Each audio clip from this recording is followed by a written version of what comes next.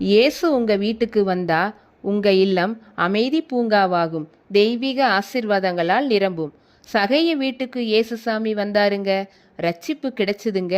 பேதுருவின் வீட்டுக்கு இயேசுசாமி சென்றாருங்க, பேதுருவின் மாமி ஆரோக்கியம் அடைஞ்சாங்க. கானா ஒரு கல்யாண வீட்டுக்கு இயேசுசாமி சென்றாருங்க. திராட்சை ரசம் குறைவுபட்ட போது சுவை மிகுந்த திராட்சை ரசத்தால் குறைவை நீக்கினாருங்க. நம் இருதயத்தில் அவருக்கு இடம் கொடுத்தா பாவங்கள் நீக்கி நித்திய ஜீவன் தருவாருங்க.